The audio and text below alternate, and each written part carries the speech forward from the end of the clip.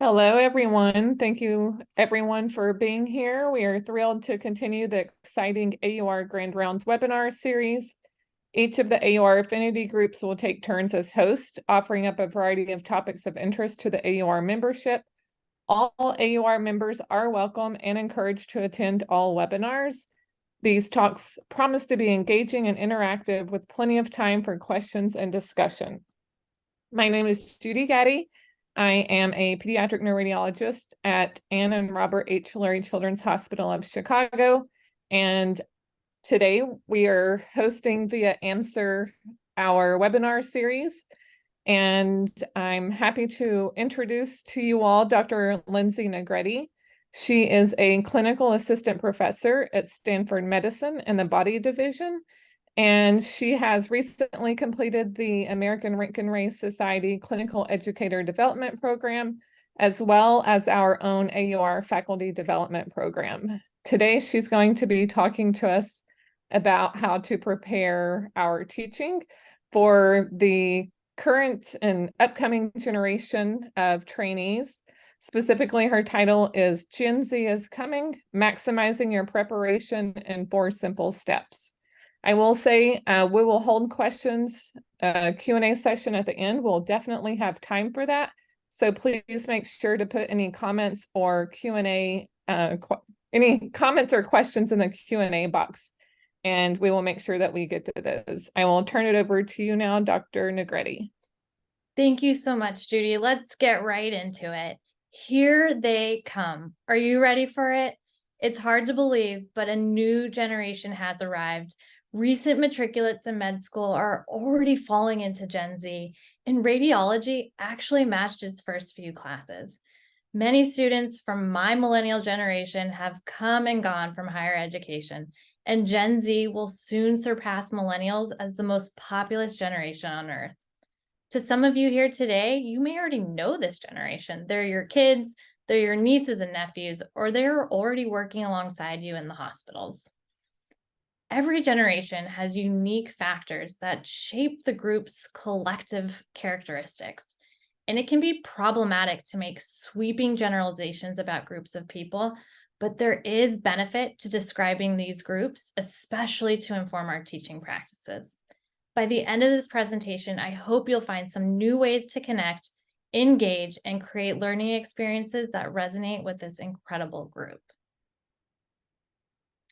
Last month, I celebrated my grandpa's 93rd birthday. He has the coolest birthday, 10, 20, 30. He's part of the silent generation, a generation sandwiched between those who fought in World War II and the baby boomers. My grandpa's generation was less populous, scarcity was ubiquitous, widespread unemployment, and frugality was the essential strategy here. My dad, on the other hand, a baby boomer, born during a period that included events like the civil rights movement and the beginning of the space race. Baby boomers are competitive, independent, self-assured, in contrast to my grandpa's more unassuming and humble members of the silent generation. And then there's my aunts and uncles of Gen X. Xers are dubbed the MTV generation. They're resourceful, independent, and good at maintaining work-life balance. And then there's me. 2 days before Christmas, I'm not Gen Z. I'm a millennial. I'm a 90s kid through and through. I grew up listening to the sounds of the Spice Girls. Admittedly, I went to 3 NSYNC concerts. And like many other millennials, I had very involved parents, possibly helicopter. They're probably listening to this Grand Rounds today. Thanks, Mom and Dad. My generation has received the most formal education. We're more diverse, more politically liberal when compared to earlier generations. And finally, the main attraction. That brings me to Gen Z. This is my youngest cousin, Samuel. He's 17, shown here. He's not a hyper millennial. While my generation is known for volunteering for such amazing causes, his generation wants to solve the problem at the root cause. They want to change the world in different ways than previously possible. Whew, that was a brief whirlwind intro into the different generations. We'll focus on Gen Z from here on out. As my presentation promises, maximizing your preparation in 4 simple steps. Sprinkled throughout my presentation are those 4 simple steps. We'll come back to these, and all you have to remember is RADS. I'll reveal what each stands for as we go along. Today, I am laying out a buffet of options. My intent is to give you a lot of ideas. When you go to a buffet, I hope you don't eat everything. I want you to pick one or two that resonate with you. Jot them down, pick the activities or ideas that make sense to you. And at the end, I'm going to ask you, which ones are you most interested? Which ones are you already using? Here's our roadmap for today. In part one, we'll dive into who is Gen Z? What are their core characteristics? We'll talk about a number of their differences, and I'll show you some really great educational platforms that capitalize on these differences. And in part two, we'll dive into the needs of Gen Z, particularly their learning needs. If you think that you're struggling to connect with this group, they're always on their phone, always on in technology, they're hard to engage, this section is for you. Hopefully you'll find some tips and tricks here to increase retention and engagement, decrease boredom, and increase motivation for everyone involved.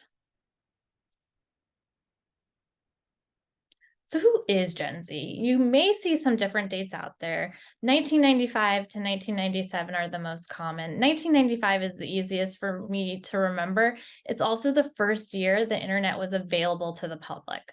The oldest Gen Zer is about 28 and the youngest is about 13. They are a large group, a generation 1 million larger than my millennials. They're the first cohort in which technology has been present in all aspects of their lives. They are so connected. They use technology to build relationships. They crave connection. Believe it or not, they like face-to-face interaction, but of course, they'll ask you first via text if that's all right. They are confident. They want to make a positive impact.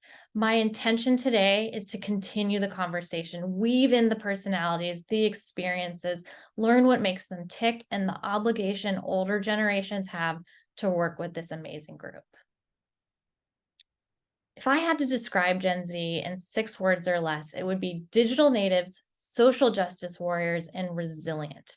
They have not experienced life without the internet. They've never known a world without the internet. They have a preponderance of social media, widespread internet availability, smartphone access galore, and they love immediate access to information. What makes this great for radiology and those incoming residents are they are very welcome and open to how AI will make their lives easier. Social justice warriors, they've grown up in a time of market diversity. This generation is yelling the loudest in jobs, work, school. They want to know the practices and the policies that make people feel welcome. They are strong advocates for social issues. They value organizational transparency. They're leaders in sexual, religious, gender diversity. And the key word here is inclusivity. They want accessible ways to make them feel welcome, especially in education. And we need to be mindful and adapt in those ways that are conscious of those differences. My cohort was used to earthquake drills. This group, unfortunately, has grown up with active shooter training drills. They have a threat to their personal safety, elements of worry, not just in person, but online too. Bullying, social media, cyberbullying, they have different threats to their stressors and worries than previous generation. The emphasis here is on mental health and work-life balance and a sense of adaptability and resilience in this group. So this brings me to my very first step, R. R stands for raise awareness. Every generation resists the new generation. Every generation prefers their own because it's a safety blanket. It's a comfortable shoe. But to best welcome and embrace the changing face of radiology, we can raise awareness. Generational change, it is challenging, believe me, but the need for change is imminent. We need to set the tone, and the tone needs to be positive, not criticism. We have the opportunity to learn from them and work together effectively. There are so many differences between Gen Z and older generations. I want to highlight just 3, which I think are the most relevant for us as educators in residency programs. Let's explore these differences, and also I'll present some platforms that capitalize on strengthening these differences. The first difference is stamina. Attention spans are decreasing. Gen Z or iGen switches tasks on screen every 19 seconds. I think as radiologists, we can all relate to this. This is my home workstation. I have 4 screens and a separate laptop at all times. In one study of over 75% of students, computer windows were open for less than a minute. They have a lower reading stamina. They have a decreased preference for long text, and they really like short text, newsfeed, tweets. They watch lectures at 1.5 speed, if not more, and this higher playback speed can actually lead to a lower knowledge retention. One way to combat this decreased stamina is to take advantage that they are so highly visual. Because they view, post, react to pictures and videos, they communicate via images, memes, emojis. Notable educators in our field have already started to capitalize on this. Dr. Cookie Menyes, she needs no introduction, Aunt Minnie Award winner so many times, and our radiographics editor, she has her unique cookie bites, eye-catching visuals, bold color palettes, which really draw into these thought-provoking cases. Other journals have also caught on to this trend. They'll tweet out graphic abstracts, which are just quick bites of leading research in chart form. We can expect to see more of this format as we go along. Some things never change, and that is YouTube. Over a decade ago, my friend and colleague, Chris Bolio, a pioneer in this regard, he put out one of his first YouTube videos on MSK, and now he has almost 34,000 subscribers. When I was in residency at UCSD, I called him the MSK guy, but now I get to call him a colleague, a friend, a mentor. I know he showed up for me today. Thank you so much, Chris. In my fellowship, I started a podcast, and since then, others have grown and crop up, such as Radiopedia and the Radiology Board Review. Believe it or not, they said it couldn't be done, but you can have a podcast about radiology and not show a single image. Podcasts are a great add to any curriculum syllabus. It's a great alternative assignment or choice. For several years now, I've also been taking advantage of something called Opinion Stage. It's a great polling software. You can easily embed it. And I actually use this by texting it out via WhatsApp. It's great because my residents who are stressed, studying for boards, they get quick texts, quick questions via WhatsApp via Opinion Stage. That brings me to difference number 2. Time management. Time is truly a gift. The rising term is called time blindness. Gen Z underestimates how much time something will take, and they'll overestimate how quickly they can accomplish a task. They may have difficulty with long reading assignments or longitudinal curriculum requirements. They are more comfortable with defined tasks. Dr. Mary Scanlon, our beloved Penn program director, she knew this already. She knew about specific goals. She published a paper and gives a required and strongly recommended a sample syllabus. I won't read you the entire syllabus, but again, these are specific goals. We need to hold students accountable to hard deadlines, and this really can help by time management skills. I like to be that cool faculty member. I sometimes relax deadlines, but this offering of kindness by relaxing deadlines is actually counterproductive, and it can be more detrimental. Difference number 3, competitive nature. Gen Zers are very comfortable working independently. They like to be evaluated based on their own accomplishments.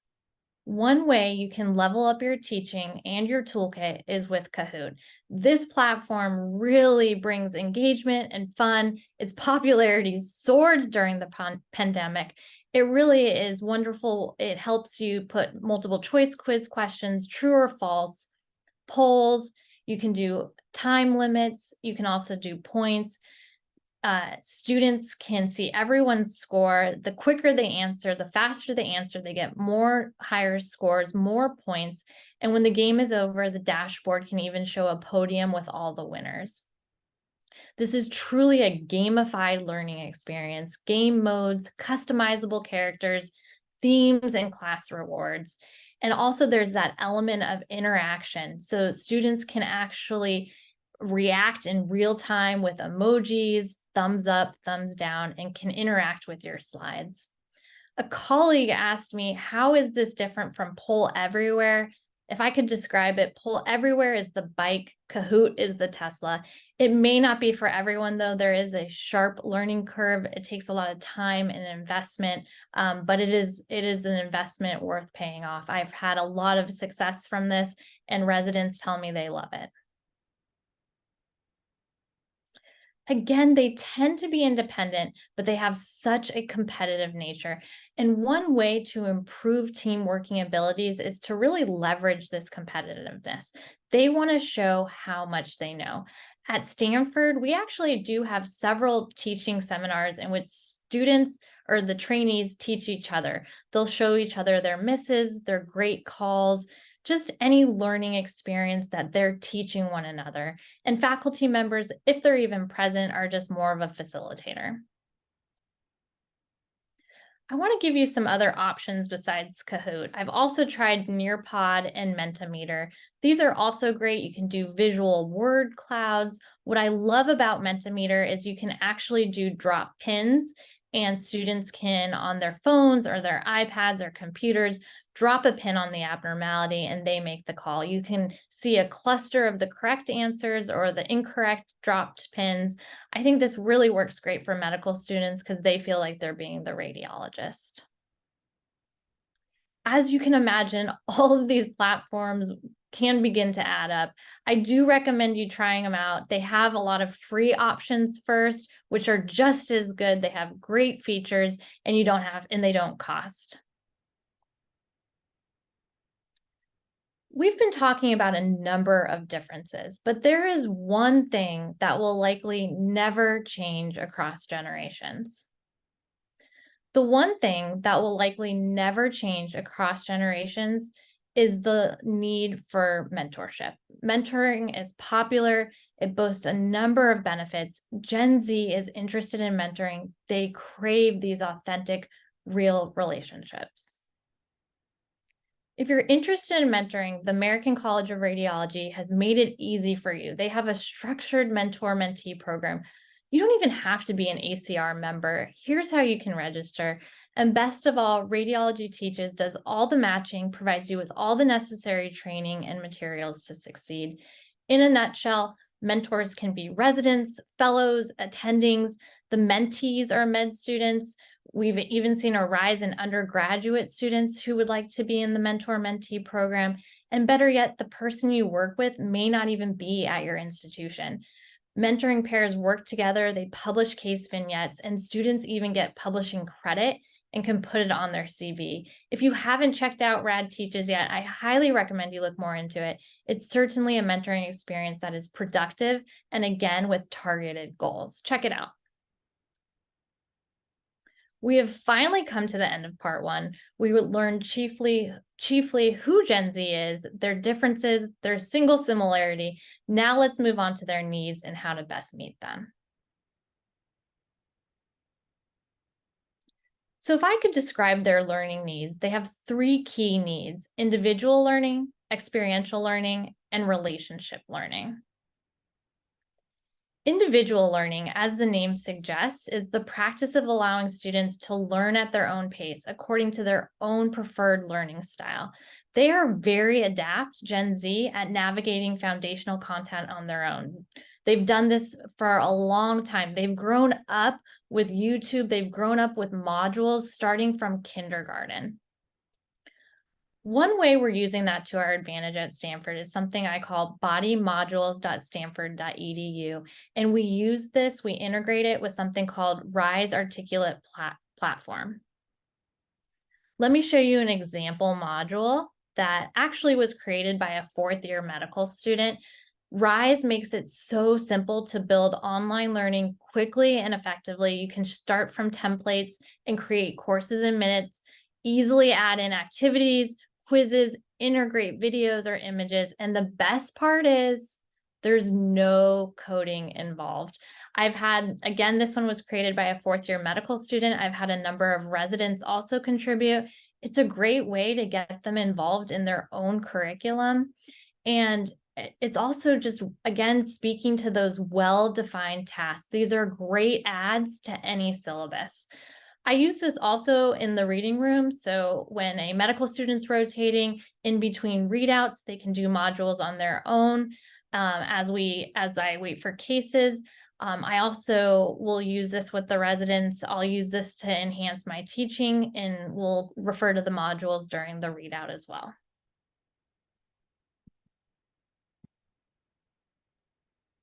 I think this is my favorite slide of my presentation. So individual learning with traditional lecture, it's non-existent. I call traditional lectures sage on the stage.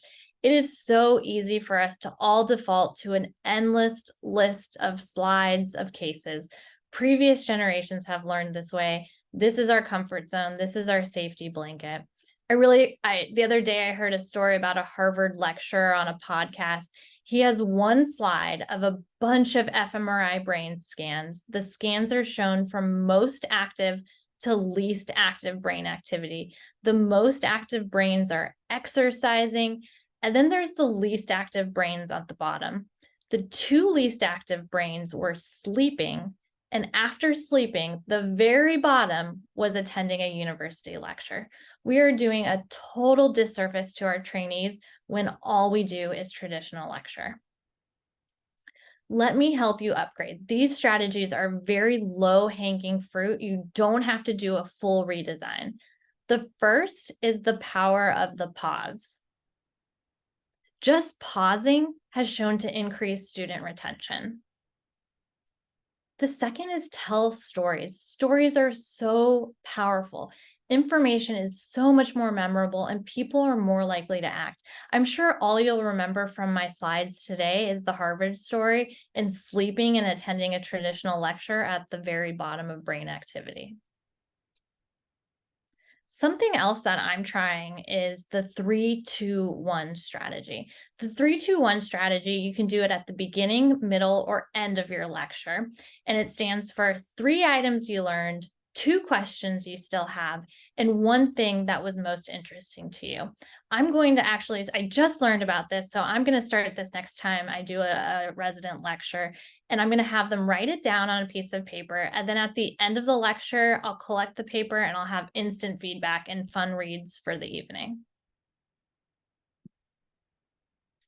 So that brings me to my second step, adjust and adapt. You don't have to reinvent the wheel. You don't have to overhaul. You don't have to start from scratch. You don't have to redesign. Choose what works for you. Adapt for you and your trainees. We can all learn from one another. I hope you can pick up 1 or 2 tools and practical strategies today. And then there's experiential learning. And I think this is best described by the flipped classroom. Students of this generation are really accustomed to preparing outside of class, podcasts, pre-recorded audio or video on a focused topic, and then they come to class ready to critically think. They crave hands-on applicable learning. They are very good at balancing the interpersonal learning that they prepared on their own and then applying it with what they learn in the classroom. One way I'm doing this is via Google Forms. So if I have 20 cases that I'm going to be talking about during a lecture, I'll perhaps send out 3 or 4 beforehand and give the students a sneak peek about the cases that I'll be showing. You can include physics questions, or you can just do differential and diagnoses.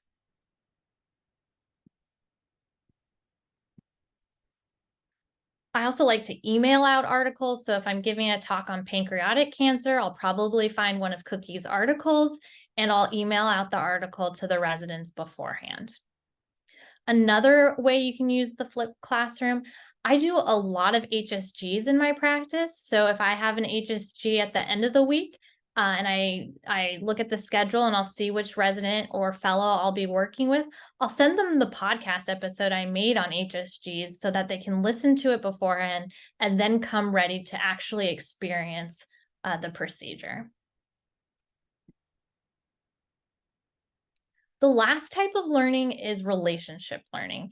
Gen Z wants to know you as a person. They want to buy into you. They crave human interaction. They're motivated by relationships. They want to be connected to their other peers and also connected to their attending or instructors. They don't want just to blow through a syllabus.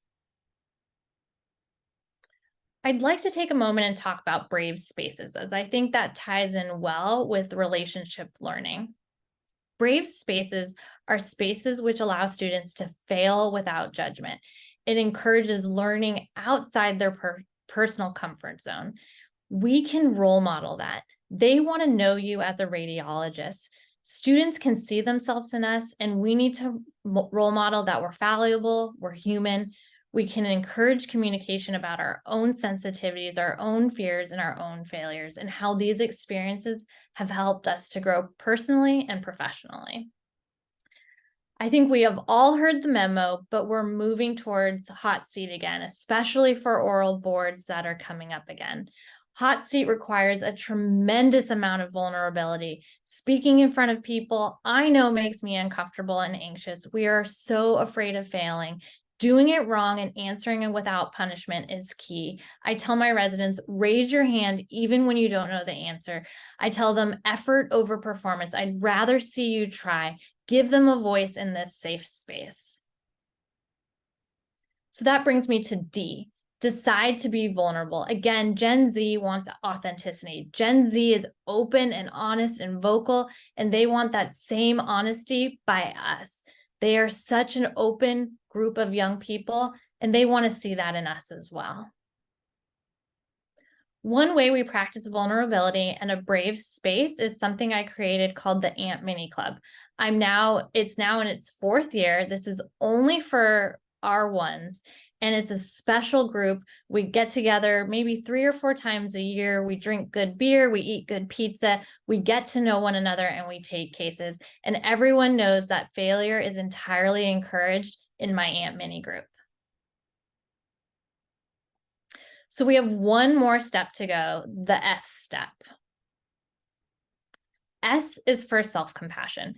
If you think that your idea is going to work perfectly, that's not reality. Taking risks, putting yourself out there, sometimes it works, sometimes it doesn't, sometimes they just don't go the way you planned. I don't know about you, but I am so incredibly hard on myself. I don't give myself permission to be human, but we all need to have grace and forgiveness, especially as we learn to teach and educate in new ways. You don't have to read a book. You don't have to take an entire course. Let me give you 3 easy ways to practice self-compassion. The first is treat yourself like you would your best friend. I know you're here listening today, Amy. Thank you so much. Thank you for showing up. When your friend makes a mistake, when your friend has a bad day, you give them a break. Real friends normalize it. How you treat your friend with kindness and forgiveness, you should be giving yourself a break too. I know it sounds silly, but bear with me. The second way to practice is soothe yourself. You can hug yourself. If you're in front of other people, you can just put your hand on your own hand. You can put your hand over your chest. These small practices are so beneficial.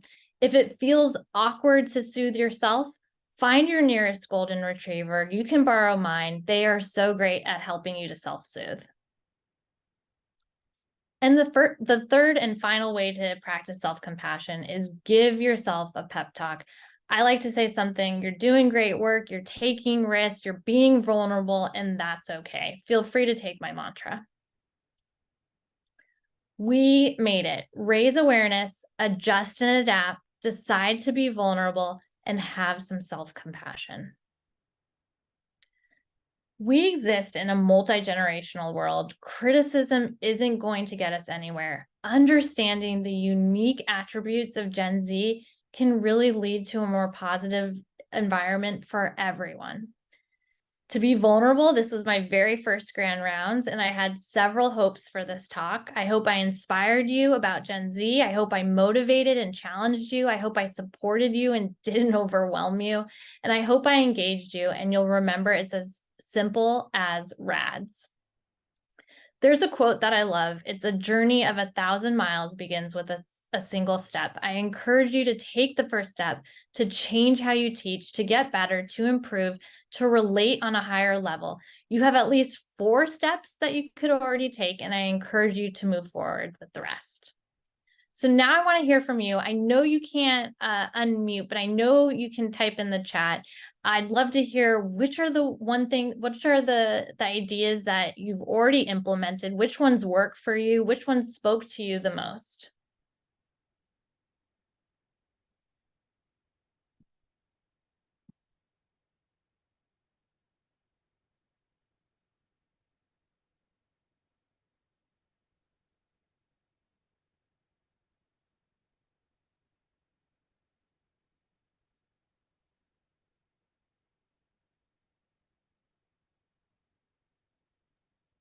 Thank you so much, Lindsey, for that wonderful presentation. Looking to see if we can open the chat. If not, feel free to use the Q&A box as well. And I can read off what some of everyone's answers are and get to the questions as well. But I found this very inspiring and very motivating for us to become better educators and to really focus on how to engage our current and upcoming generations. So let's see what we have. An anonymous attendee says, Gen Z here. Thank you so much for an amazing presentation. So thank you for being here.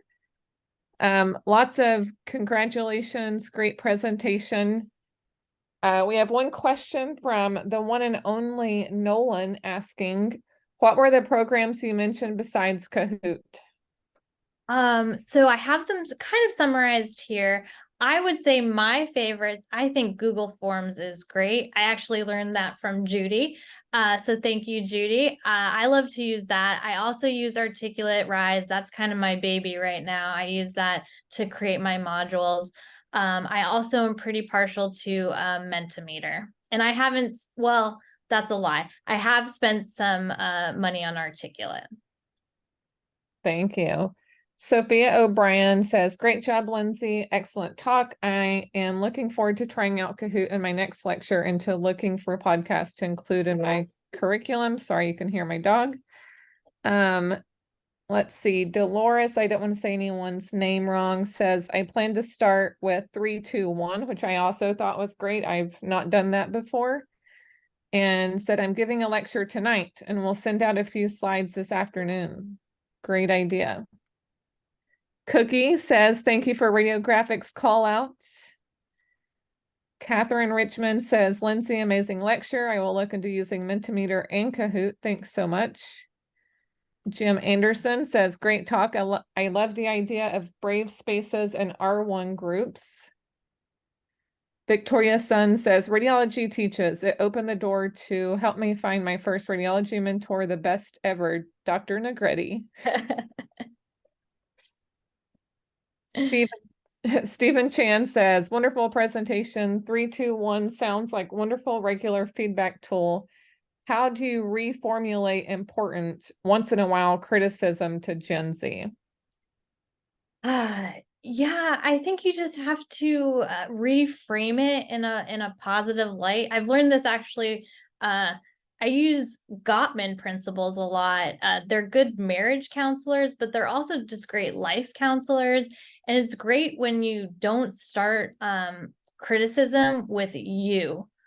So never do that. It's always about the product. So maybe like the report had a lot of errors in it, and not using such things as you were lazy, but it kind of gets the same message across. But I think it's really important to never start something with you, but being specific about the actual product. Great idea. Thank you. Elizabeth Lazarus says, great talk. I loved your embrace of all generations. I'm going to try to use more stories when I lecture. because I think you're right about how it helps everyone remember the underlying point. And just Cookie, sorry. go ahead. Just a point about stories, presentations, but also in job interviews, I think it's really important too. They just really bring out who you are. Thank you. Cookie asks, or she says fantabulous, but then how can we get access to the recording? I'm not sure if Bernadette is able to answer that for us, but I know it will be available after today, and we'll make sure that people have access to that. Should be available on the website, I believe.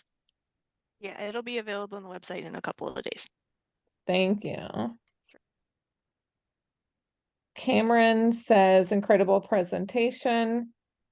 Catherine Richmond asked if you can please send out a PDF of your slides. And then Amy says, amazing lecture on Gen Z. I love the 3-2-1 idea. Your podcast is so well done and a great resource. I think that's all so far, so feel free. Jim Anderson again says, Gottman, turn towards, not away. Good advice in all situations. I love that.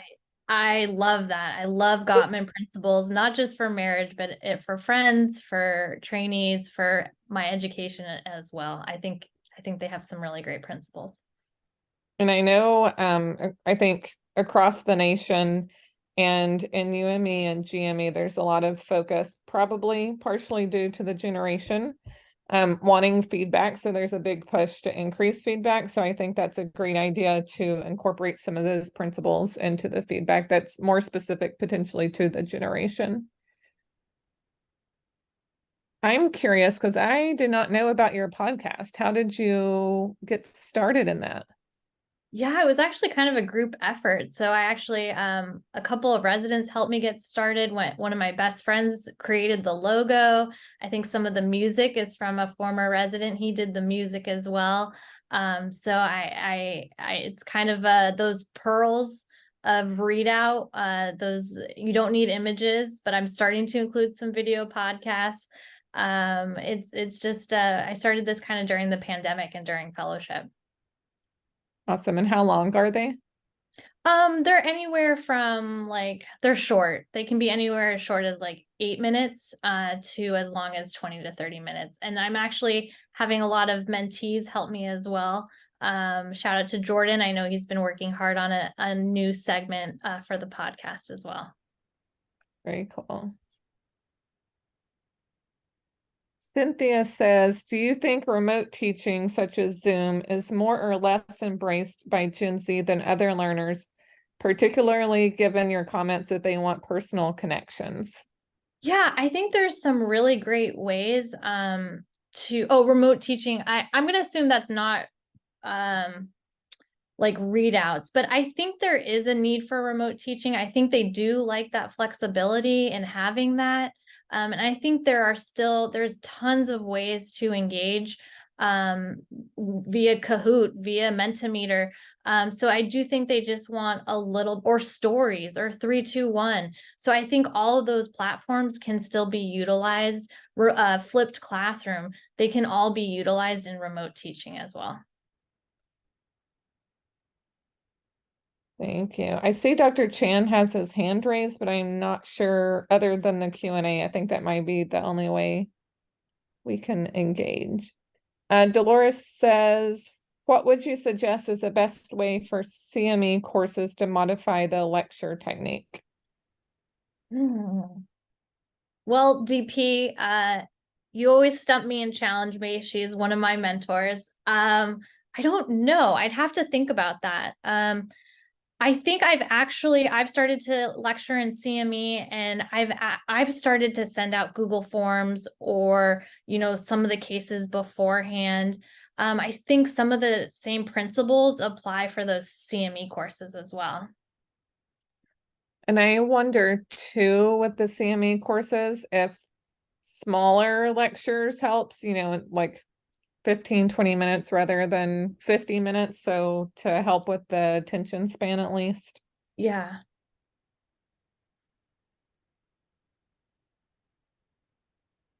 Maria asked, do you have experience doing remote resident readouts via Zoom? I don't. I'm a fairly new attending. I love being present in the reading room. I think that so much gets lost on readouts via Zoom. I also have a 5-minute commute with my bike, so I love going in every chance I get. So I do not have experience, but I think some of my colleagues are pretty amazing at it. I'm so sorry, I just don't. Judy, do you have any tips on remote readouts? Yes, so we use Teams for our remote readouts, and I think there still can be a lot of teaching, just like if you were there at the workstation, if possible. It always helps, of course, to have cameras on to help create that connection, even if you can't physically be present. But I think there is still a lot of opportunity for teaching, and screen sharing, of course, helps so that you can point out the areas that you're talking about. That's definitely ideal.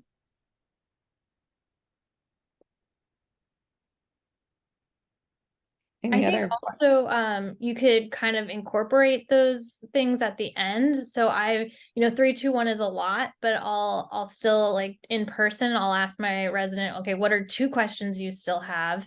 And what was the most interesting thing we talked about? So I think using those during remote resident readouts is possible as well.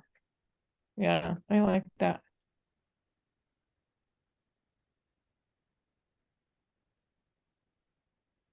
Chris, your colleague says, thank you for the great talk and shout out. What would you predict will be coming in the next generation after Gen Z, which I think is, I was just looking at Generation Alpha. Yeah. Great question, Chris. Well, I hope your YouTube channel is still there. I don't know. I feel like podcasts are still pretty great. Um, just like mom jeans, I think something else will come back into style. I don't know. I haven't given that much thought. I think it also just depends on like what happens in the world Yeah, during I that think time. I think that's such a great point, Judy. Yeah, I think they're really shaped by events that happen. I think even Gen Z in 5 years, there'll be something down the line that's shaping them. I think AI will, of course, be big in their need. I already have so many undergrad students and high school students approach me for hold on, I'm losing power here, but I just think that there's more and earlier interest in radiology, just even at a younger age. It'll be middle schoolers who are interested in radiology. And I'll say one thing that I've learned using social media for education is the preferred platform for our trainees is going to continuously change. Like I started off with X, formerly known as Twitter, and now I'm trying to get more into Instagram because that's where all of the medical students are.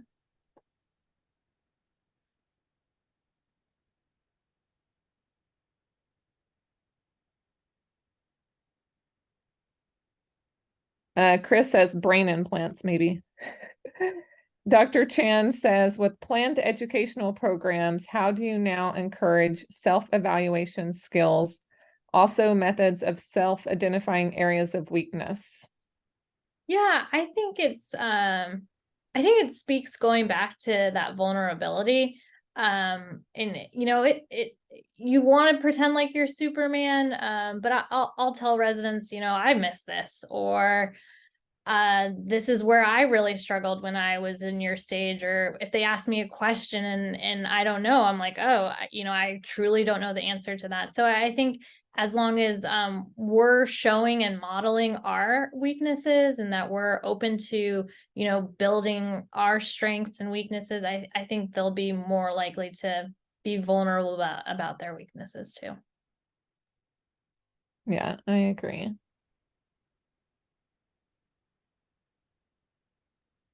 Cookie says Twitter is easier for her.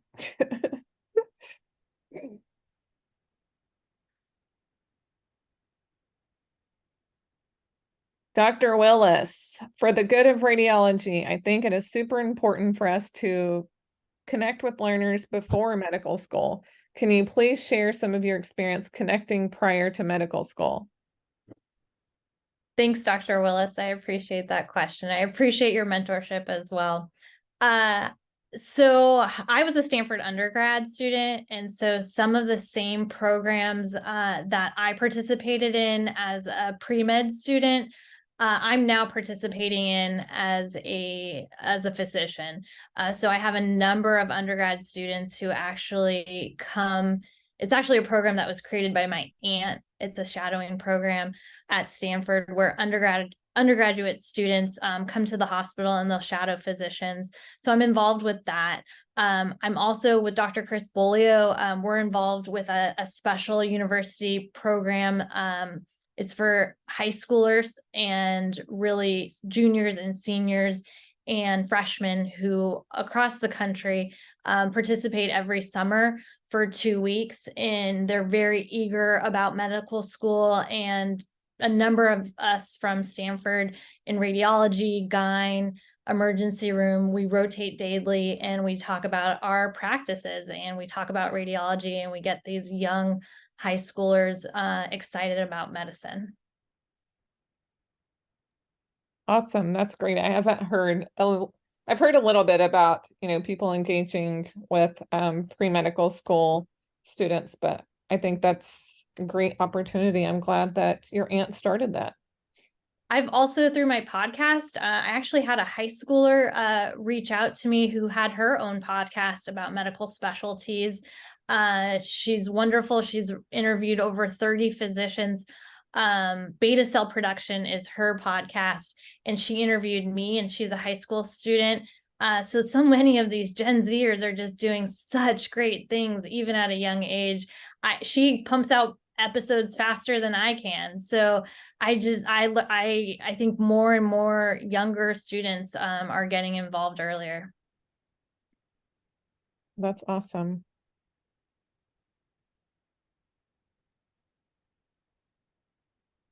Anyone else? Any questions we have not answered?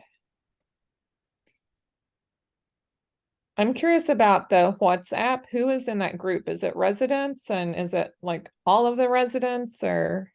Yeah, so I usually I'll ask residents, they're in their groups, so like R1, R2, R3, R4, and they can kind of buy in if they're interested and they want to receive text messages.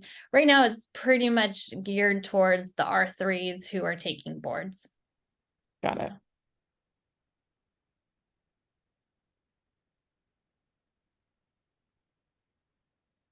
Okay, if there are no more questions, we'll give people back 10 minutes of their time. Again, I just want to thank you, Dr. Negrete, for talking to us today about Gen Z. I think this has, again, been very engaging. We've had even lots of engagement with our attendees, and I'm sure we'll get lots of people to watch the recording as well. So keep an eye out on the website for the recording. I see Nolan has his hand raised, but again, I think the only way to engage is Q&A, as does Jordan. So feel free if you all want to put any questions or comments in the Q&A. If not, we will wrap up. Again, thank you everyone for being here.